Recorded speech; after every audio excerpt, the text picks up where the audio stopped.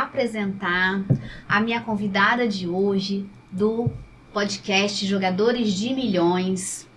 Primeiro eu vou ler o currículo dela aqui, tá?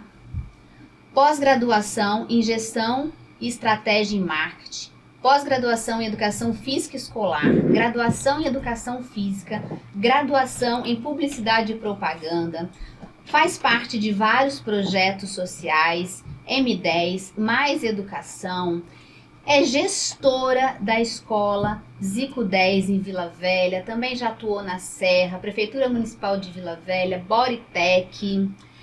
Eu estou aqui hoje com a Marcela Costa,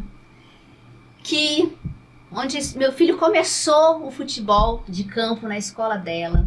Então eu quero te agradecer, Marcela, mais uma vez por ter aceito o convite para falar um pouco de futebol, mentalidade, formação de seres humanos, porque a gente sabe que o futebol vai além das quatro linhas. Eu acho que é isso, contar histórias e dividir emoções, né? Boa tarde para todo mundo. É uma honra muito grande participar. É o meu primeiro podcast, né? Você perguntou se eu já fui convidada. É a primeira vez que eu participo, né? E entendo o valor disso, né? Dessa exposição, desse momento. Então, não precisa me agradecer, porque é benefício para todos nós, para você, dentro de um contexto do que você está pretendendo elaborar, anunciar, divulgar, né? E para mim também, como marca, como profissional.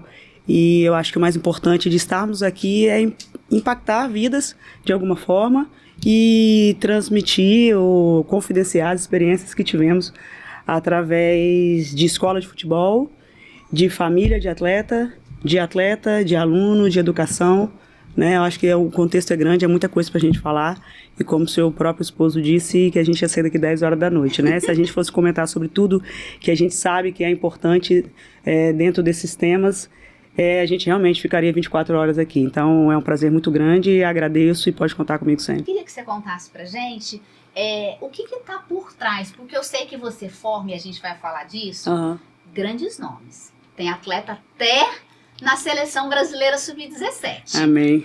Mas eu quero que, antes da gente conversar do alto rendimento, que você fale o que tá por trás da sua escola, que tá aí há tanto tempo e com tanto sucesso. Então, Aline, você resumiu bastante coisa. Eu fiquei extremamente feliz e emocionada quando você me disse o porquê desse convite para o podcast, né, assim, da sua lembrança sobre o trabalho, sobre os momentos que seu filho esteve aqui na escola. Então, reconhecer isso é de uma grandiosidade enorme, porque eu trabalho todos os dias com esse objetivo. Então, se os meus meninos vão virar jogadores ou não, isso está escrito por uma pessoa que não é nenhum de nós, né? Então, e eu acho que o meu dever é realmente formar eles como pessoas para eu entregar a esse esporte atletas melhores. E saber o que aconteceu, né? Eu fiquei sabendo sobre o que aconteceu também, essa situação, um dia antes de você me contar. E aí o relato vai além do que só você dividir isso comigo sobre a formação do seu filho, porque um ex-professor, ele não está mais com a gente, né? Ele me fez uma ligação e falou, Marcela, ele mandou uma mensagem, falou, Marcela, eu queria falar com você, você tá com tempo? Eu falei, tô dirigindo, daqui a pouco você fala. E aí ele me mandou um áudio de 4 minutos para me contar que tinha acontecido isso. Ele atualmente está nessa equipe onde seu filho se encontra também. E ele disse que se lembrou de tudo. Ele, Marcela, eu lembrei de você na hora, de tudo que você falava com a gente, com o professor. Agora eu entendo por que você era tão rigorosa, por que você não gostava, né, dos nossos comportamentos. Foi horrível ver aquilo, eu lembrei de você na hora, de tudo que você falava, agora eu consigo entender. Eu ainda brinquei com ele, agradeci muito por ele reconhecer finalmente isso, né? É uma pena que muitos profissionais saem, e aí às vezes só enxergam o valor do que eles aprenderam aqui só depois que não estão mais aqui, né? Eu sei que eu não sou uma pessoa muito fácil de lidar, eu sou muito rigorosa, mas existem princípios e valores que eles são inegociáveis. Inegociáveis para mim. Então, primeiro eu tenho que formar a minha equipe, as pessoas que estão comigo são meus braços. E elas concordando ou não, elas têm que pregar o que eu acredito. E é aquilo, né, Marcela, que a gente conversou quando eu tive com você. Uhum. O seu atleta, quando chega na sua escola bem pequenininho, ele vai enxergar aquele professor como um exemplo. Sim, sim. Então ele vai seguir aquilo, se o professor xinga, se o professor fala palavrão, é aquilo que ele vai aprender. Então você formar uma equipe com os seus princípios não é fácil. Não é. E é isso, nós somos, eu tenho que formar, eles têm que entender a capacidade de liderança que eles precisam exercer. E por mais que a criança a educação venha de casa, nós somos profissionais da educação física, né? Vou levar até, trazer para o colégio também, né? Para o trato educativo, na aula de educação física. Nós somos os professores que eles têm mais afinidade, que eles gostam, que eles querem ter um tênis igual, que é o professor mais descolado. É a aula mais descontraída. Então assim, acaba que a gente consegue extrair deles coisas que um professor de geografia, de matemática, de português não vai conseguir. Às vezes você senta com uma criança daquela, brincando, fazendo uma atividade, jogando um vôlei, futebol, você consegue colher alguma situação de dentro de casa, o que aconteceu. Então nós somos aquele profissional mais comunicativo, que tem um lado afetivo mais aflorado, não dizendo que não exista um professor de matemática, de geografia, de português que também tem, Sim. Né? Não estou falando sobre os meus colegas de profissões, como eles comportam. Mas eu acho que é a aula onde eles se sentem mais à vontade. Exatamente. Né? É uma aula para eles, entre aspas, onde eles estão brincando, mas por trás da brincadeira eles estão cuidando da mente, do físico, descobrindo aí talvez uma profissão. E aí, quando a gente vem para a escola de futebol, a gente não pode esquecer a nomenclatura e a nossa formação. Então, só dizer que somos treinadores, a gente não consegue contribuir na formação, porque treinador só quer resultado. O treinador espera o resultado, espera a alta performance, se não entregar resultado tá fora do clube, né? Aí eu tô indo mais lá na frente. Na minha escola nunca existiu isso. Eu nunca pedi a ninguém para me entregar troféu.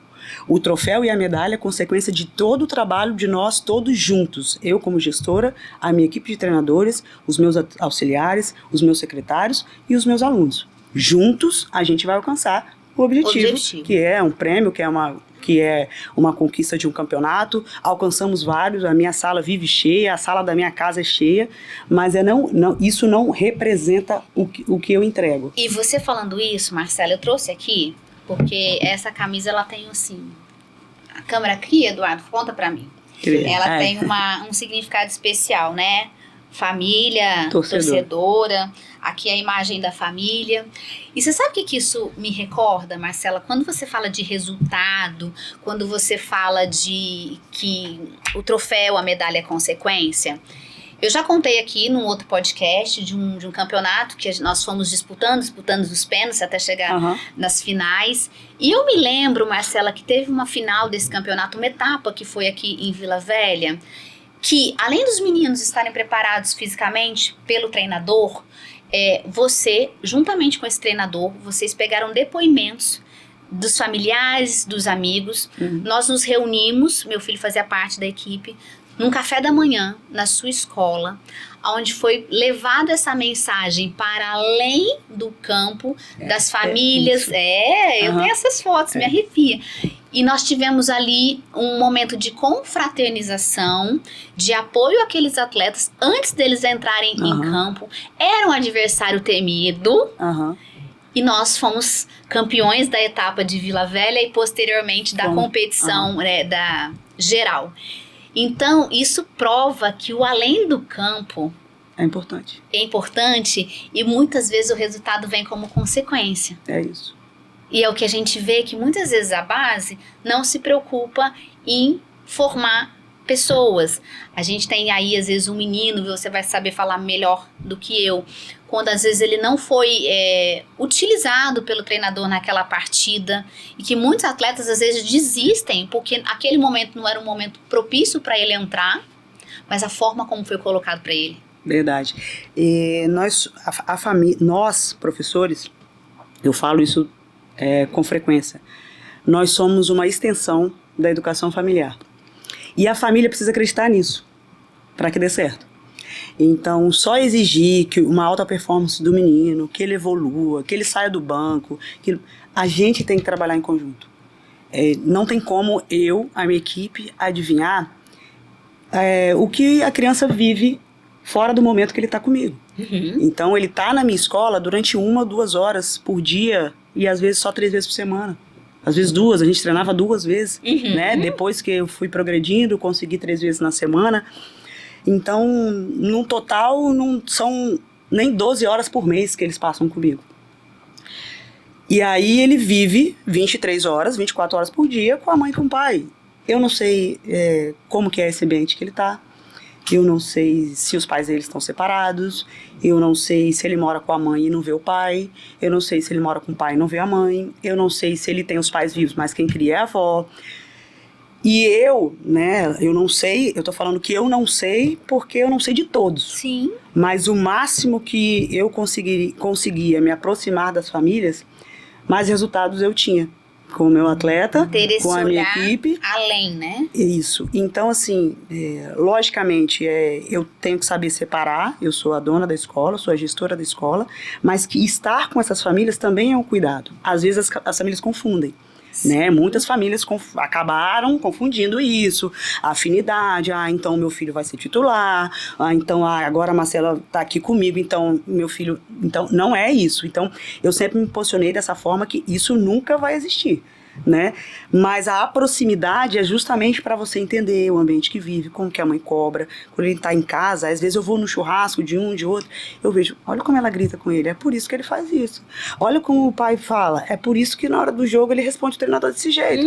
Então, assim, e criar essa conexão com as famílias, isso é muito importante. E eu acho que nós, como escola, temos o dever. Eu jamais vou parar de me envolver afetivamente, emocionalmente, educacionalmente com os meus alunos e com as famílias, porque eu acredito nisso, que eu posso contribuir, para poder eu entregar para o clube crianças melhores preparadas. Mas, quando eles chegam lá no clube, tem que dar continuidade. E o clube já quer um menino preparado mentalmente, já quer um menino fazendo tudo, fisicamente, chamam de emocionalmente. Clube de formação para formar, mas não formam muitas estar vezes. escrito que é um clube de formação é uma coisa, estar formando é outra, formar dá trabalho. Sim. Quando a escola ou o clube, ele não tem esse olhar, qual que é o reflexo disso na vida desses meninos, desses jogadores? A gente viu aí episódios em grandes clubes, você vai poder contar melhor pra gente. O que acontece quando a parte comportamental, ela não é trabalhada, né? Trabalhada, não é cuidada com carinho. Sim, porque eu sempre falo isso também, que criança é um reprodutor de cultura, né? Eu aprendi isso e realmente não é só o que ela ouve, é o que ela vê. Então, é muito mais fácil ela aprender o que ela vê e aí colocar em prática. Logicamente, quando a gente trata de formação, né? Eu, por exemplo, atendo crianças a partir de 3 anos.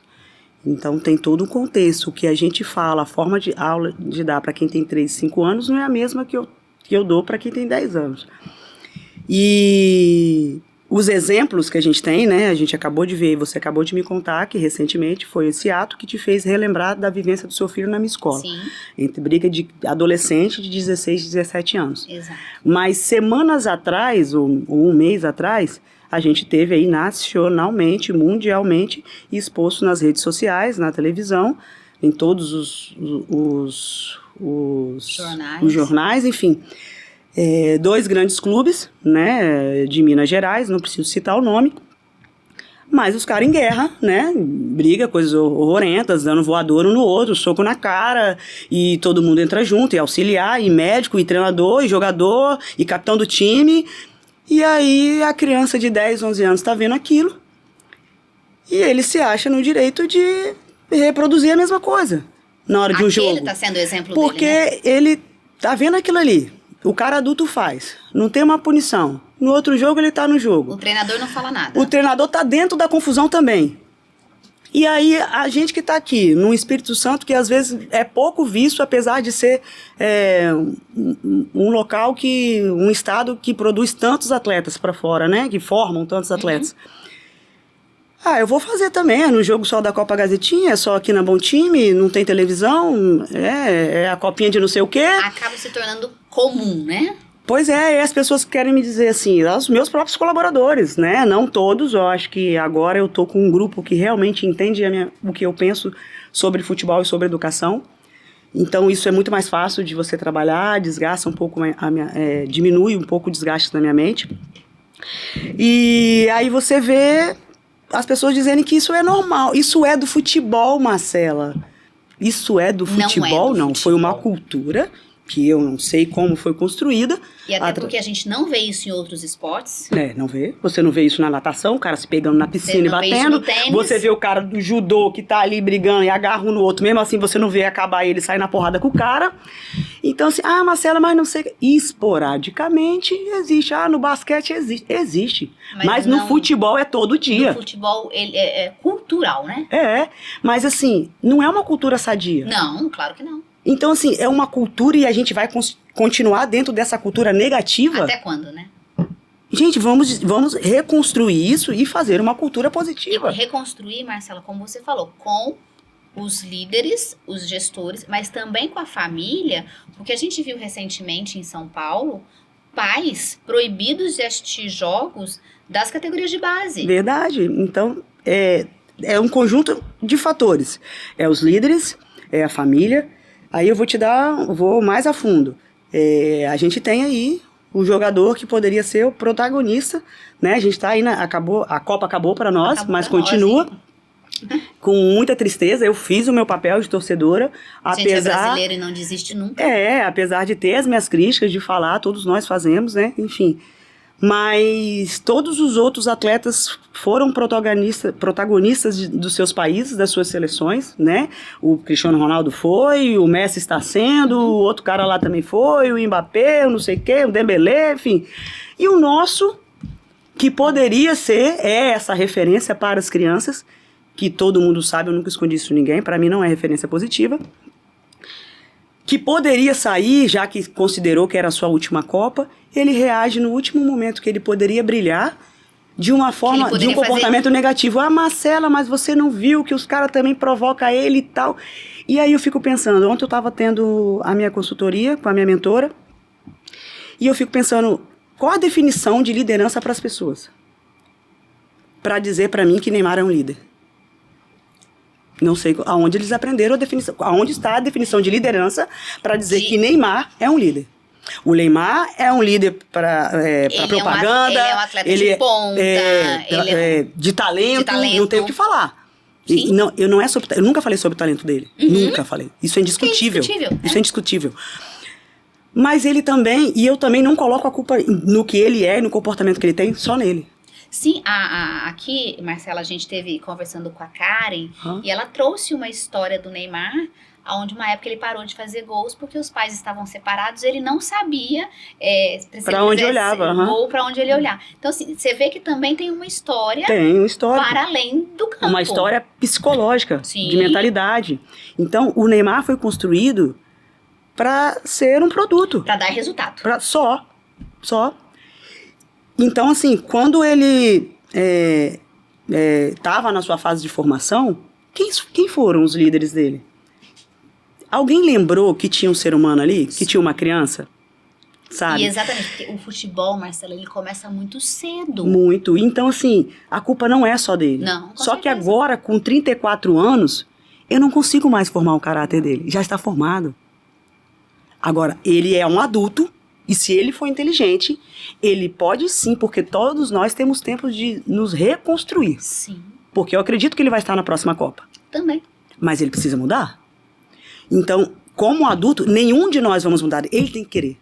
Sim. E aí acaba a Copa e o pai dele escreve para ele continuar a jogar. O pai dele não sabe nem como que tá a mentalidade dele depois disso tudo que ele passou. Em nenhum momento ele pensou no psicológico do filho dele. Só quer que o filho dele continue jogando. Continue dando resultado. E trazendo isso aqui. Porque é isso também. Porque o tanto de coisa que é envolvido em volta dele. Sim. E aí a gente também, eu vou falar, acabou a convocação do cara, no outro dia tinha 5 propagandas prontas. Ele não fez 5 propagandas em 24 horas. Lógico que não. Entende? Então não é só a situação do futebol. O talento ele tem, mas tem muitas coisas envolvidas que fizeram o Neymar ser a pessoa que ele é. Eu acredito que ele seja um cara de bom coração, Sim. um bom pai. Não estou falando sobre a índole dele, só que tem princípios e valores que eu não posso pregar e aceitar que o meu aluno tem que olhar para esse cara e querer ser igual a ele. Sim, e no futebol, muitas vezes... Tia, eu quero jogar igual a ele, eu quero ter o talento dele, vamos trabalhar. Ó, o Neymar nasceu desse jeito, mas nós podemos aperfeiçoar e vamos tentar e vamos construir um Juninho melhor, um João Vitor melhor, um Arthur melhor, um Kevin melhor. Mas assim, dizer que quer ser igual àquele cara, eu sinto muito. Que não tem condições de eu compactuar com isso. E graças a Deus, Deus colocou essa marca na minha mão. Porque ter a honra de representar essa pessoa que eu represento é uma responsabilidade muito grande de representar o Zico.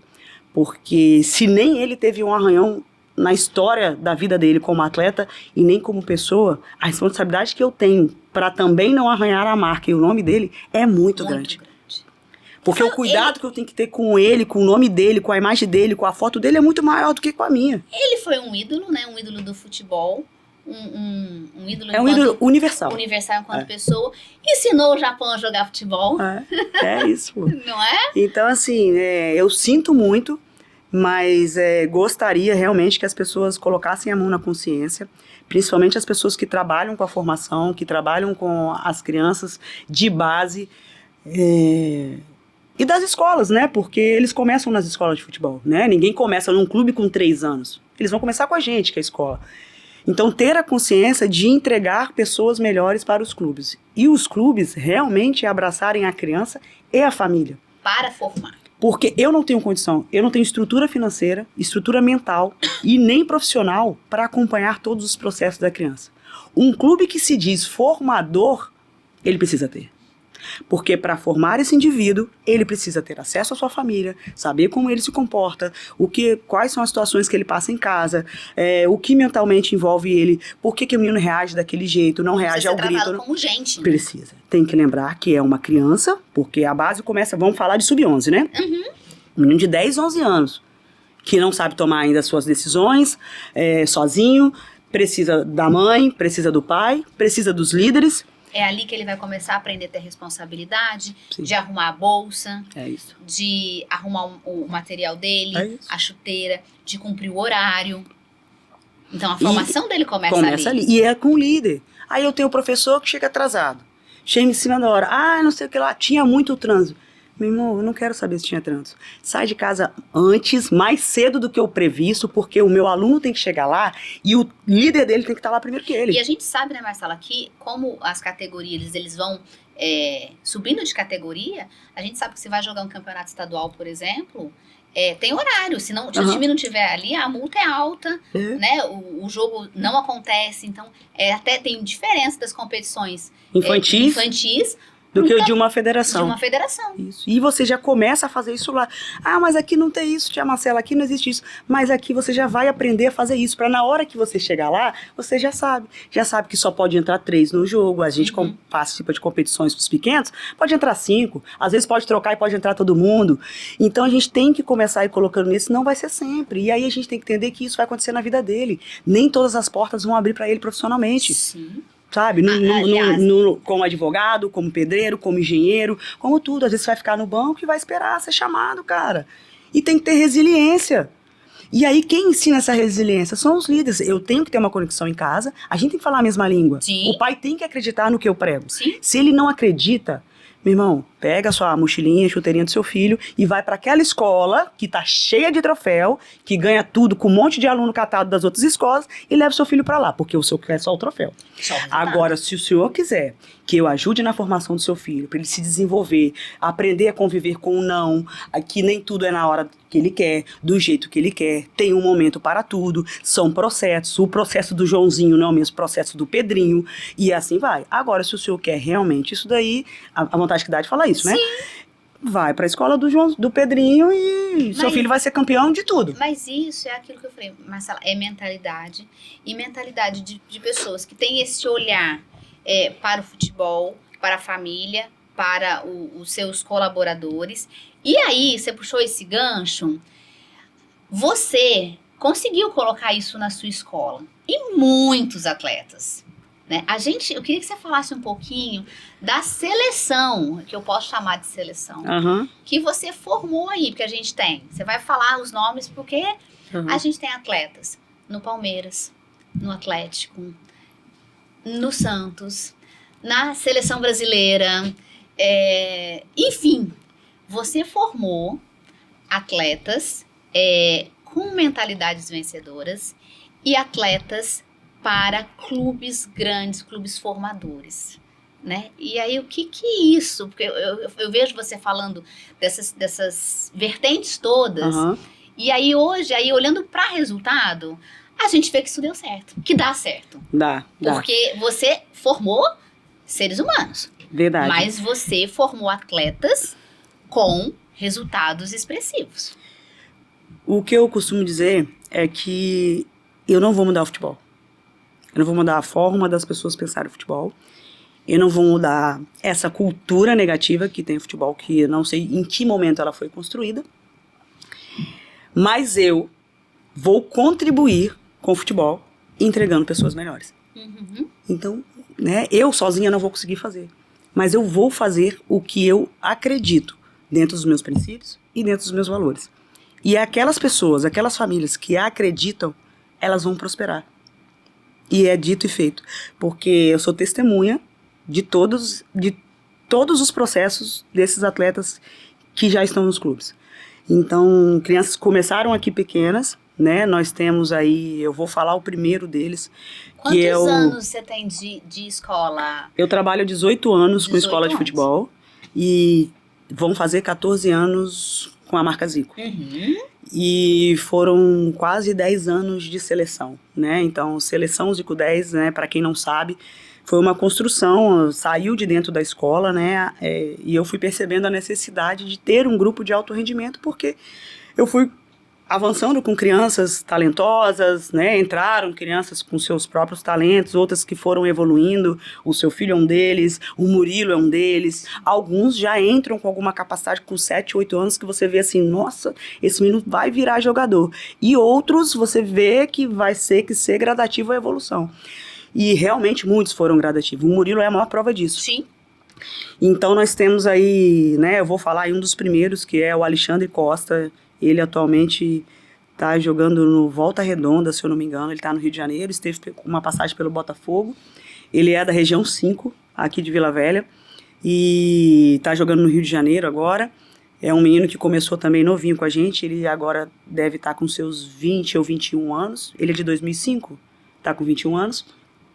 Depois dele, que eu tenho aí, que também está em clubes e é fora do país, é o Luiz Felipe. Luiz Felipe começou na minha escola quando eu abri a escola, em 2015, em Vila Velha. Hoje ele é goleiro do Benfica de Portugal. Eu tenho um grupo aqui com as mães. Ele tem ele na janela da minha sala, uma foto dele. A mãe dele é a Jaqueline. Ele está lá no Benfica de Portugal, jogou no Estoril e atualmente ele assinou o contrato profissional.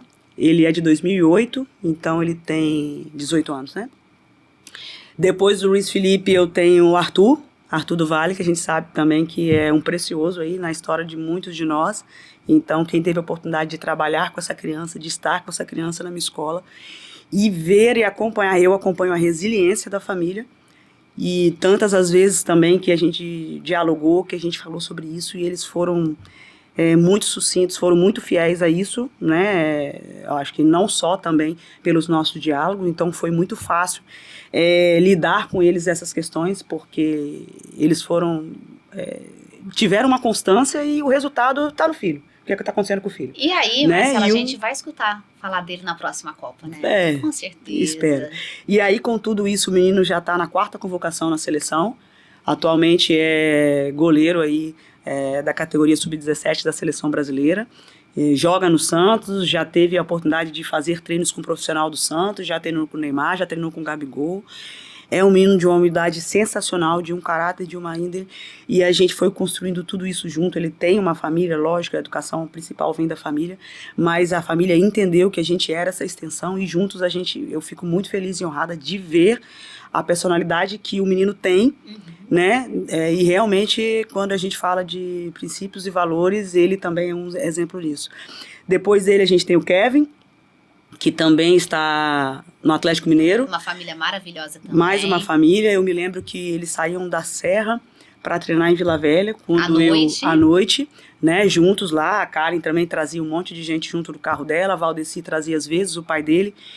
E era muita gente em cima, né? O Porto também estava iniciando essas categorias, indo nas escolas, e aí o pai falava, Marcela, aqui, recebi mensagem, o pessoal do Porto tá chamando o Kevin e tal, o que eu faço? Aí eu conversava, dialogava, aí um dia ele chegou, Marcela, eu queria te falar, já falei lá que não, o Kevin não vai sair, eu vou continuar vindo aqui, o Kevin só vai sair daqui quando ele for para um clube.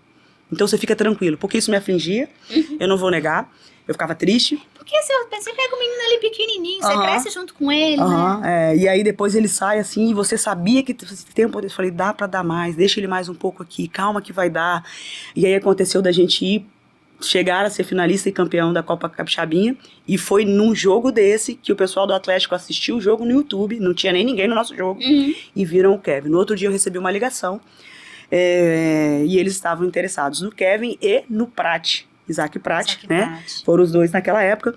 E o Kevin foi e deu tudo certo. E o Kevin continuou na escola. Inclusive, teve uma convocação para a seleção também. Teve uma convocação para a seleção também. Sub-17 também. Sub-17. Isso. Sub-16, perdão. 16, E aí o Kevin atualmente, ele ficou indo aos monitoramentos, não saiu da escola Zico 10.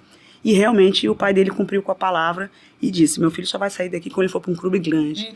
E aí ele saiu do Espírito Santo, tá lá, a mãe dele, a Kelly, tá com ele, acompanha, o pai ainda reside aqui. E tem uma história maravilhosa também de resiliência dele e da família. Temos o Murilo, que é o filho da Karen, que teve com você aqui semana passada, né, no podcast passado. E Murilo o caso dele realmente foi o processo, porque Murilo esteve com a gente desde 6 anos, atualmente ele é 16, tem a mesma idade do seu filho. Sim. E era uma criança que nunca estava ali, quando não competia, sentava, chorava muito, mamãe, eu não quero mais. Uma vez eu fui entregar a premiação para ele e ele não quis colocar a medalha, porque, pra quê? Eu não entrei, eu não quero. A Karen tem essa foto, deu ajoelhada, colocando a medalha no pescoço dele, porque ele não queria colocar a medalha. E aí eu falei, deixa comigo que eu vou conversar com ele.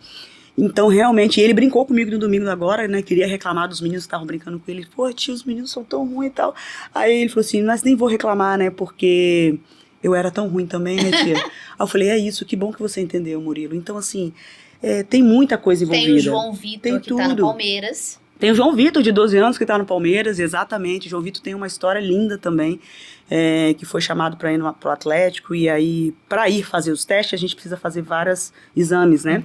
E aí o João teve uma situação lá do coração, não pôde ir, né? Detectou uma situação, o pai teve que fazer uma cirurgia com ele, e quando o pai veio chorando me falar, né, sobre dar essa notícia, que o João não ia pro Atlético, eu falei, não chore, porque o futebol salvou seu filho. Sim. Porque se ele não tivesse tido essa oportunidade de fazer esse teste, ninguém faz exame, aquele monte de exame no filho do nada. Não. Ninguém faz. Na idade de uma criança. Não faz. Então ele teve que fazer aqueles exames, porque o filho precisava fazer o teste.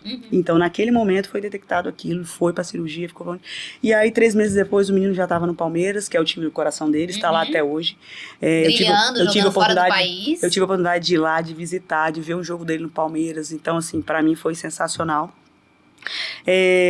Temos outros atletas aí, tem o Isaac que está no América, tem o Lucas Fonseca, tem o Cauã e o Samuel, o Cauã Burini e o Samuel, são da categoria do elenco sensacional que o Atlético Mineiro tem, da categoria Sub-12. Então são famílias que eu acompanho, aproveito para deixar um abraço para o Marlon e para a Gisele. E temos também o processo do seu próprio filho, né? Então eu acho que o João entrou também num momento de muitas mudanças nossas e se adaptou com facilidade, evoluiu também num processo. Eu lembro que às vezes até tinha algum questionamento de você mesmo, o João é aquilo. E a gente tem aquelas falas, às vezes eu deixava pro treinador ter uma fala, falei, passa isso pra Aline e tal, conversa com ela. Eu acho que até por posição também, hoje ele nem é mais zagueiro, né? Porque ele jogou como zagueiro com a gente também, né? Ele começou, eu me lembro que ele jogava futebol de areia, e aí falaram, leva pro futsal, e aí ele fez um tempinho na escola, e aí me indicaram a sua escola justamente por todos esses princípios que a gente conversou aqui. Aí eu me lembro que você me atendeu, e aí ele começou a jogar no Arena. E o professor era o Madison na época, e ele viu dois jogos do João e contou que vocês tinham uma seleção. Aham. E aí ele falou, olha, ele tem um talento, só que a gente precisa trabalhar esse talento. A gente tem esse outro grupo, que é uma seleção que é de alto rendimento. E aí, na época, ele começou como zagueiro, Aham. né? É isso aí. Ali naquela posição. Foi muito bom pra ele, porque eu acho que zagueiro é uma posição também de paciência, né? Porque o zagueiro, ele quase não aparece, é diferente do atacante. Então, isso foi muito importante pra ele, a construção. Que você tinha um professor na época que tinha também esse olhar humano, Aham. né, esse olhar além do técnico. Então, isso fez muita diferença na vida do João Vitor, sabe? Ele aprendeu ali a ganhar e a perder, aprendeu nas cobranças de pênaltis, que Aham. nem sempre o resultado vem fácil. Então, aprendeu a lidar ali com a resiliência. Para ele, teve uma construção fantástica. Eu fico muito feliz, fiquei feliz de recebê-lo agora, né? Então, de ver, né, como ele evoluiu, aonde ele esteve, também teve oportunidade de estar aí em clubes, né, e você percebeu também, eu acho que diagnosticou o que é melhor para o seu filho. Sim. Então, eu acho que nem todos os caminhos que os amigos deles têm é o mesmo que ele vai percorrer. Sim. Então, eu acho importante que você tenha essa sabedoria, essa resiliência também para entender esse momento, porque por mais que ele tenha 16 anos, ele também é um adolescente e não toma todas as decisões por ele ainda. Sim. Então, espero e desejo, né, que ele prospere, e a gente veio conversando hoje no carro sobre isso, e é um menino que a gente percebe que mentalmente já está com uma formação construída, né, com caráter e valores. Então, a atitude dele me orgulhou demais, né, sobre isso, sobre não participar daquela briga, daquilo tudo, porque a gente sabe que plantou uma semente e ela está sendo colhida. Eu falo que a hora que você falou assim, deu certo, né, para além do futebol, deu certo. Então, eu falo que eu acho que é isso que fica, sabe, Marcela? Você formar um cara que, se ele vai ser jogador ou não, a gente não sabe os caminhos que isso vai tomar. Mas quando eu falo jogador de milhões, não só para o meu filho, mas para os colegas, esses milhões enaltecendo esse ser humano, o caráter que eles estão formando. Verdade. Porque, na verdade, a gente brinca dos milhões, mas os milhões aqui não são milhões financeiros, de dinheiro, sabe? São milhões daquilo que a gente vem construindo, que é o que a gente vai deixar aí pro... São milhões de aspectos e valores, né? Milhões de situações que estão envolvidas para que ele alcance o objetivo dele, né? Nem todos vão alcançar, mas a gente precisa entregar ao esporte ou a qualquer outra profissão que eles forem, pessoas de bom caráter, de boa índole, né? Com ética, porque o esporte nos ensina muito. A gente não pode achar normal ganhar um jogo ou um campeonato a qualquer custo. Sim. Né? Então, ganhar burlando as regras. Existem regras, sabe? E às vezes a gente quer culpar o árbitro por isso ou por aquilo. Ele também é um ser humano, ele também vai errar. Mas ali tem 11 pessoas jogando contra 11. Então, assim, tem muita coisa envolvida do que a gente querer culpar encontrar um único culpado e querer ganhar a qualquer custo. Eu acho que não é dessa forma que funciona, né? Então, a gente jogar o jogo limpo é algo que eu sempre preguei. Então, isso mostra no que a gente acredita e transmite mais ainda sobre os princípios e valores que o Zico tem e representa e passa para nós. Então, eu acho que é sobre isso. Talvez também, agora, eu acho que a gente até falando sobre esse jogador de milhões aí, a gente poderia até apresentar o jogador de milhões aí, que deve estar para aparecer aí. Porque, na verdade, eu sempre falo, né, Marcela, desses jogadores de milhões, mas eles vão entrando na adolescência, eles vão ficando com vergonha da tia, da mãe, né? E aí, para quem não conhece ainda o jogador de milhões, o meu jogador de milhões, eu brinco, Marcela, que no momento ele é um jogador caro. Caro. Caríssimo. Caro. Né? Em transformação para um jogador de milhões. Vamos chamar ele aí, então, aí, pra gente conhecer aí. JV Nasceu Novaes. Já entrou com o troféu na mão. Seja bem-vindo, craque. Obrigado. E aí, JV Novaes. Queria saber, mamãe, queria saber, tia Marcela, Você lembra de como que você começou lá? Conta pra gente. Depois você vai contar desse troféu aqui, que ele tem uma história também. Lembro, Massa. pequenininho. A primeira vez que eu conheci a Marcela foi lá no Darwin. Que ela nem virou sei. e falou do Rafael Santos, nosso meu amigo.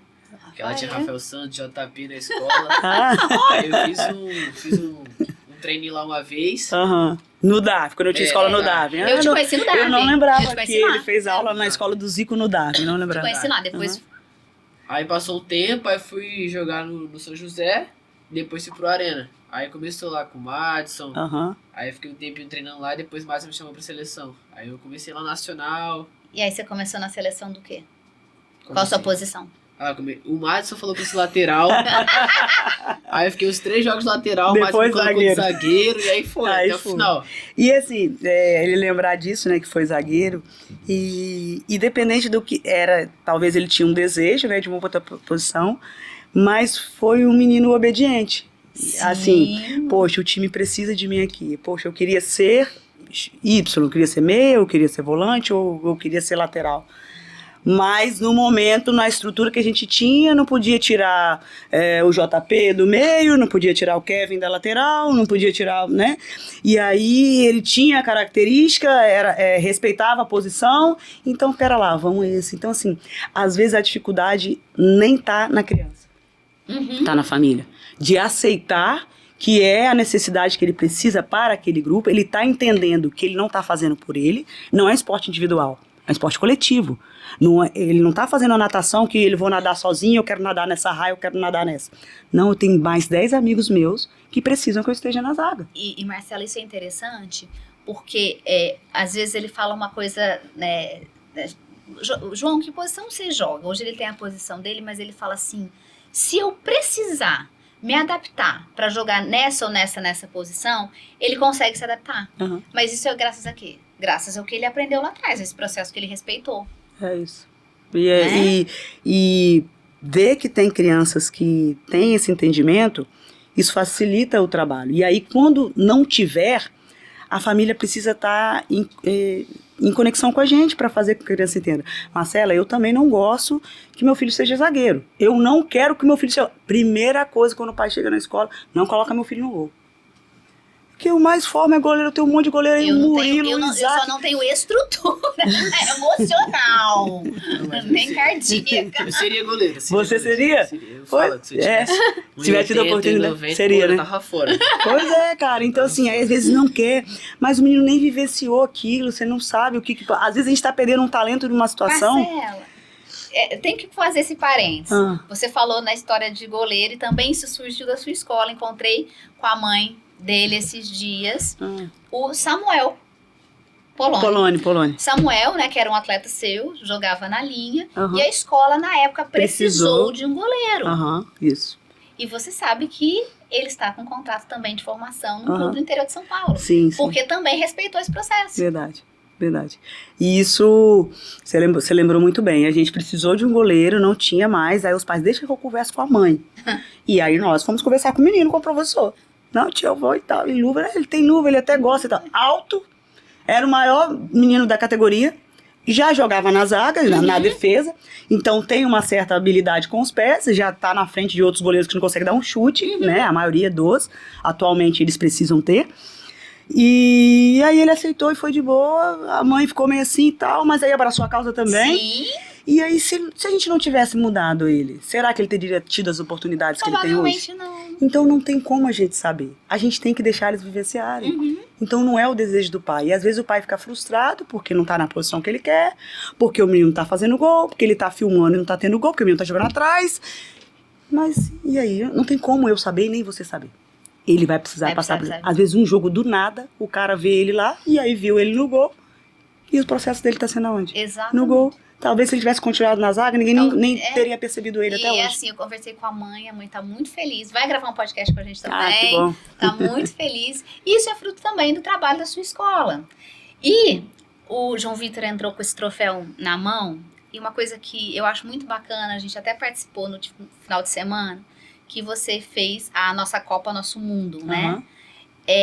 Mostrando para essas crianças o espírito da Copa do Mundo, que eu falo que não é só futebol, mas é da representatividade de um país, é da coletividade, é de pertencimento, é de união, é de troca ali de pais, famílias. E esse troféu aqui, ele veio de uma Copa em que João participou há 4 anos atrás, que ele estava lá na escola, na época ele representou o Brasil, porque você faz times com várias seleções de vários países. E então ele foi campeão e você homenageou ele com esse troféu para que ele lembre. Então você sabe o que eu acho muito importante disso? Você mostrar para essas crianças que, como você falou, chegam na escola com 3, 4, 10 anos, que a Copa do Mundo, ela começa aqui, tanto no talento quanto na formação, mas que isso é possível, sabe? Mostrar para eles que a vivência é aqui, mas que eles podem chegar lá. É isso. Então, eu falo que esse troféu representa muito isso. Uma escola que faz aquele menino, trabalha o talento dele, trabalha a mentalidade dele, mas mostra para ele que lá na frente é possível chegar. Eu fiquei pensando, né, de como que eu vou homenagear, como que eu vou fazer. Eu preciso fazer uma parada diferente. Eu adoro surpreender e tal, fazer essas coisas, né. E pensei nesses atletas, chamei alguns outros, mas que não puderam estar também. E queria que eles ficassem com a lembrança de algo que teve uma representatividade. E aí eu tava pensando em o que eu vou entregar pro... Acho que não é pelo valor, pela cor, pelo tamanho, nada. E quando você me mandou a foto, eu falei assim, olha, eu achei uma foto aqui de João há 4 anos atrás com esse troféu. E esse troféu estava lá em cima da minha prateleira. Eu falei, vou pegar ele, vou limpar e vou adesivar ele atualizado e vou deixar de lembrança para ele, porque você ter guardado a foto daquele momento, não que outras pessoas também não guardem, mas você se lembrou daquele dia, daquele momento, e ele estava sendo convidado para estar naquele momento, então nada melhor do que eu deixar essa lembrança para ele. Ele participou 2 vezes, veio agora para ser homenageado, para carregar a bandeira pra gente. Então, eu não quero que ele lembre do material, eu quero que ele lembre realmente de toda a vivência que ele teve aqui, do que a minha escola foi capaz de plantar como semente na vida esportiva dele, profissional, né, pessoal, seja lá em que segmento ele for dar continuidade como pessoa. Então, eu fico muito feliz de ter tido vocês lá como família, né? Agradecer o Júnior também, tá aqui nos bastidores, o marido de milhões. Então, não tem palavras assim para deixar mesmo a minha gratidão escrita ou expressa. E espero que João seja um ser humano, ele já é um ser humano, né? Digno de todas as glórias, de todas as bênçãos que Deus colocar na vida dele. Amém. E se for para ser no futebol, estaremos aqui. Se não for para ser, estaremos também. E sempre que você puder levar isso aí, deixar com você na sua casa, quando você casar, transmita isso pro seu filho, pros seus filhos, para as pessoas que estiverem ao seu redor. E na certeza de que eu, como profissional, como professora e como escola, entreguei tudo que foi possível e impossível para acrescentar o melhor de mim na sua educação. Com certeza. E a gente não podia deixar que você também levasse um momento nosso, né? Do nosso podcast, da nossa família e do que a gente acha, entende que você representou pra gente. Então a gente quer deixar aqui, pega pra mim, por favor, uma lembrança que eu trouxe, que aqui, Marcela, eu, JV, o Pai de Milhões, a gente tentou traduzir um pouquinho daquilo que você na família dessas crianças que estão na sua escola, e o que você representou pra gente enquanto João Vitor esteve na sua escola, e mesmo que hoje, né, a categoria dele já não tem mais, mas que você continua presente na nossa vida. Então isso aqui é um pouquinho do que a gente escreveu, do que você representa pra gente, pro futebol. Você quer ler pra mim? Porque vai ficar mais emocionante se você ler, porque eu não vou conseguir ler, não. Você vai conseguir? Você vai sem óculos. Olha só, ignorem a idade, vamos lá. Antes de formar jogadores, você ajudou a formar pessoas. E esse é o legado que permanece para sempre. Esse é um diploma de participação do jogo fora das 4 linhas do jogador de milhões. E você recebe esse título e eu falo, lá em casa discutiu se é formadora, é gestora, eu falei para mim, ela é formadora de milhões. Por quê? Por sua contribuição extraordinária na formação de atletas e seres humanos, inspirando gerações dentro e fora das 4 linhas, como ex-atleta, treinadora e gestora, você contribuiu muito mais do que uma escola de futebol. Criou um ambiente onde princípios, disciplina, mentalidade vencedora e valores humanos caminham lado a lado com o desempenho esportivo. Foi na escola Marcela Zico 10 que muitos sonhos começaram a ganhar forma, incluindo o primeiro passo de muitos atletas que aprenderam que o futebol vai muito além do talento, exige caráter, resiliência e propósito. Grandes jogadores vencem partidas. Grandes formadores formam vidas. Então, a gente queria te agradecer que é o que eu falei. Você, os seus professores, ensinaram os primeiros passos para o JV dentro do campo. Mas depois de tudo que a gente conversou aqui, até por esse exemplo que eu te dei, que veio também esse convite para o podcast, eu posso dizer com certeza que você formou um ser humano, que você e seus colaboradores colocaram uma sementinha para além do futebol. Então eu não tinha outro título para te dar como formadora de milhões, apesar de uma gestora, né, que a gente sabe, excepcional, mas para mim, quando se fala em formação, eu lembro da Escola Zico 10 Marcela. Obrigada. Então eu quero te agradecer muito, muito, muito, muito a sua participação aqui no podcast, agradecer a sua participação nas nossas vidas. Amém. E que você continue formando muitos, não só jogadores de milhões, mas seres humanos de milhões, que daqui a muitos anos, muitas pessoas vão ter histórias aqui para contar e eu tenho certeza que vão se lembrar do seu nome. Amém. Obrigado mesmo, de coração. João, conta comigo sempre, tá? Para tudo. Espero que Deus te promova dentro do que você também planeja para a sua vida. E existem várias formas de você fazer parte do mundo do futebol. Ainda não desista, ainda não pare, você tem potencial para isso. Mas se em algum momento você tiver dúvida ou se cansar, sua mãe e seu pai vão estar com você. Então haverá um outro rumo. E falo de experiência própria, eu queria muito ter sido jogadora, eu não consegui ser, igual as minhas amigas foram. Mas eu não saberia fazer outra coisa a não ser viver no futebol. Então existem várias coisas que podem estar atribuídas a isso, mas enquanto você tiver vontade, vigor, físico e o talento ainda estiver em prática, continue, tá? E conta com a gente sempre. Tá bom. É isso. Fala. Você quer falar alguma coisinha aí? Pô, a Capixaba 2022, velho. Foi massa, foi massa. Eu lembro que, no começo a gente perdeu os 2 jogos da fase de grupos. Aí, tipo assim, eu fui num treino lá, acabou 9 e pouca, que era lá no Nacional. Aí meu pai falou, não vai dar esse ano não vai dar. Olha, tem que já ganhar o contrário. Tinha que ganhar o último pra gente passar e torcer lá com a chave. Uhum. Aí a gente ganhou o último lá. Passamos de 8º, né? Que era de 1 a 8, a gente passou em 8º, a gente pegar o Grêmio. Passando em último, né? Passou em último. Aí a gente pegar o Grêmio.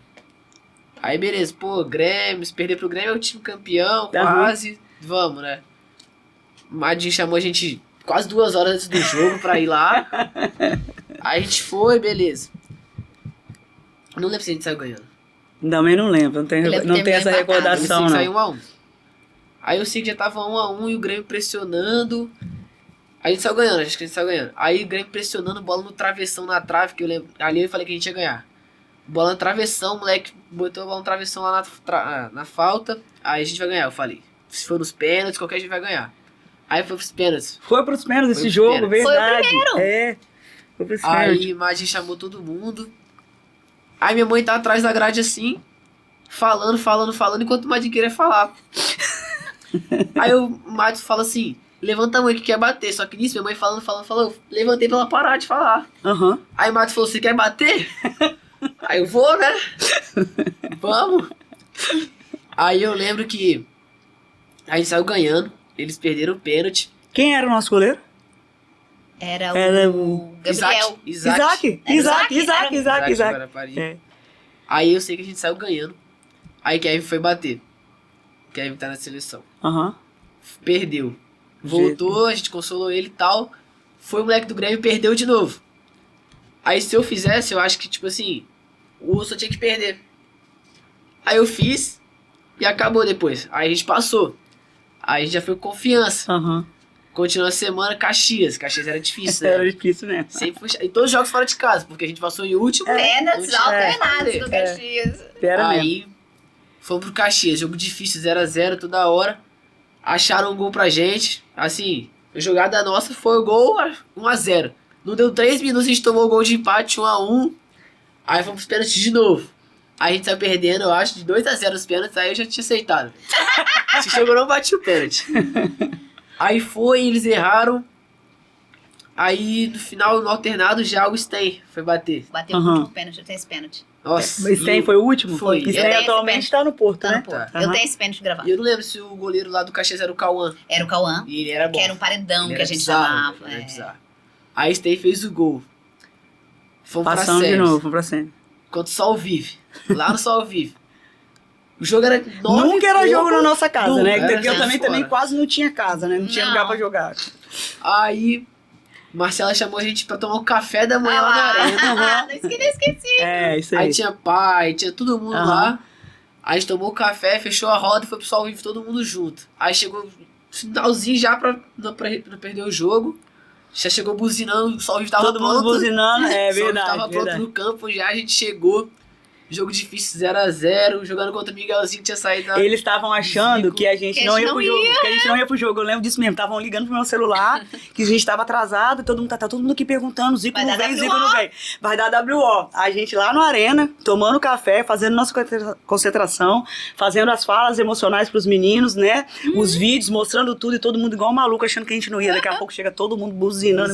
Igual uns loucos no Sol Vive. Quanto foi o jogo? 1x0, gol do Pedrinho de falta. Pedrinho tá na Inglaterra? Não, Pedrinho... Pedrinho tava no Porto. Não é aquele Pedrinho que tá... Não, Pedrinho do Guarapari. Tá, porque tem um Pedrinho também que tava... o PH.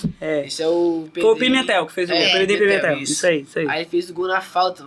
Finalzinho também, falta, colocou a mão lá na gaveta. Passamos. Sufoco, 1x0. Só que era um time difícil. E isso, a gente saiu de 1x0 no segundo tempo já. Teve pênalti pra eles. Pro Sol Vive, eu lembro. Tipo assim, 2 minutos, a gente fez o gol, a gente foi lá e fez o pênalti. Aí começou a briga dos moleques do Sol Vive. Quem vai bater, e pegou o Daniel, que tá em Portugal, eu acho, hoje. Saiu cedo daqui. Foi lá e pra fora, mano. Ele perdeu pra gente pra fora. Fomos lá, classificamos, 1x0 contra o Sol Vive. Aí lá vai nós pra final. Final lá em Venda Nova. Passamos no golaço antes pra reunir. Verdade. No ônibus, pra buscar o pessoal da Serra, Murilo, os outros meninos que moravam lá, verdade. Começo, final feia, primeiro tempo, só dava trombado todo sufoco, mundo. Foi um sufoco. Chegaram firme lá, aí teve uma dividida. E a gente foi com o ônibus, todo mundo no ônibus, fizemos uma chegada no ônibus, né? Sim, filmando cada um descendo, igual jogador profissional, pá. Aí, o jogo tava difícil, só teve uma dividida. 2 moleques comigo. Aí os moleques, os 2 ficaram no chão, assim, tipo assim, trombando mesmo, na força. Aí eu falei, a gente vai ganhar. Aí a gente foi de 0x0 pro intervalo. Voltamos do intervalo 4x0, a gente jogou muito ali. Aí a gente saiu campeão, velho. Ali foi um título da Capixabinha mesmo que foi com uma garra sensacional, um grupo sensacional, essa geração 2010. Eu acho que coroou todo um trabalho ali, né? Foi uma realização assim para todos nós, como escola, como os professores, como comissão técnica, como família, como alunos, né? Tipo assim, a gente pode, né? A gente foi uma união e a festa que vocês fizeram na arquibancada, eu tenho essa foto. Arrumaram tudo, com balões, sabe? E abraçaram mesmo a causa, foi uma integração, a gente se tornou um só, né? Que foi o que a gente comentou no começo, a importância de cada um, né? Então, naquele momento ali, todo mundo foi importante igualmente para que o resultado viesse. Né? Não precisava ter entrado em campo. Todo mundo foi importante. Todo mundo, exatamente. Todo mundo foi importante. E isso ficou na memória, né, Jota? Era massa a época do Nacional. Nacional. Eu lembro também na época da pandemia, que tipo assim, a gente voltou dos treinos, aí saiu o decreto que não ia poder de novo, tinha que fechar de novo. Só que era dia de treino. Aí a gente foi pro nosso último treino da pandemia, já tava decretado. Aí se despediu do Nacional de novo por mais um tempão e depois voltou. E vocês recebiam os treinos por vídeo, lembra? Por vídeo. Eu fazia, os professores todos faziam o treino por vídeo, o Madison, o Christopher, todo mundo fazia os treinos por vídeo e eu postava, tem esses vídeos até hoje. O treino pra ninguém ficar sem fazer nada. Era massa. JV. Belas histórias. E que bom que isso tá na sua memória, porque você resgatou uma emoção sensacional em mim. Porque eu não lembrava dos detalhes. É difícil, porque são muitos alunos, são muitas competições, são muitas categorias, né? Então, as crianças guardarem, os atletas guardarem e depois dividirem isso, nesse momento que ele está dividindo agora, é sensacional, assim. Passa um filme na cabeça. Verdade. Parabéns para nós. Nosso jogador de milhões. Meu camisa 10. Gente, obrigada, Marcela.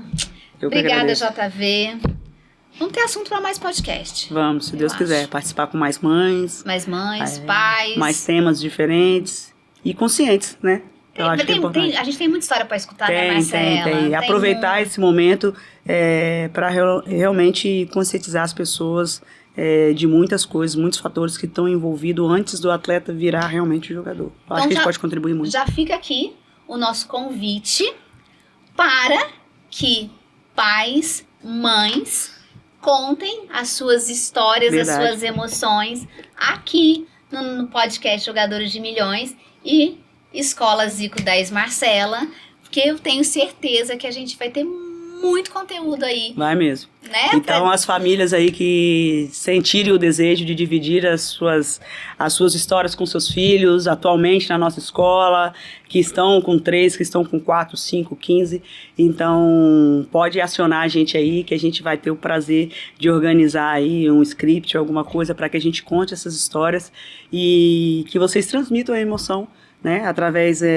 de tudo que vocês vivenciam com seus filhos na nossa escola e em competições, nas aulas, a importância dos nossos colaboradores, dos nossos professores na evolução dos seus filhos, na vida. Esse último evento agora a gente recebeu centenas de elogios, então as pessoas agradecendo, entender o sentido, aquela grande roda que a gente fez, emocionante, agradecendo e fazendo as pessoas entender que é um momento de união dos povos e independente de cor, de classe social, estávamos ali todos juntos por o mesmo objetivo. Então, se você tem uma história para contar, aciona a gente, procura ali na página dela da rede social Jogador de Milhões, está aí, a gente vai dividir a página aí na nossa rede social também. E será um prazer, se eu puder participar também, estarei com vocês. Mas eu acho que é um momento valioso para todos nós e para vocês como família também. Isso vai ficar na memória, né? Dos jogadores de milhões de vocês, e eu tenho certeza que daqui a alguns anos vocês vão olhar as fotos, os vídeos, o podcast e se recordar de bons momentos. Então, muito obrigada e até o nosso próximo episódio. É isso. Obrigada a todos.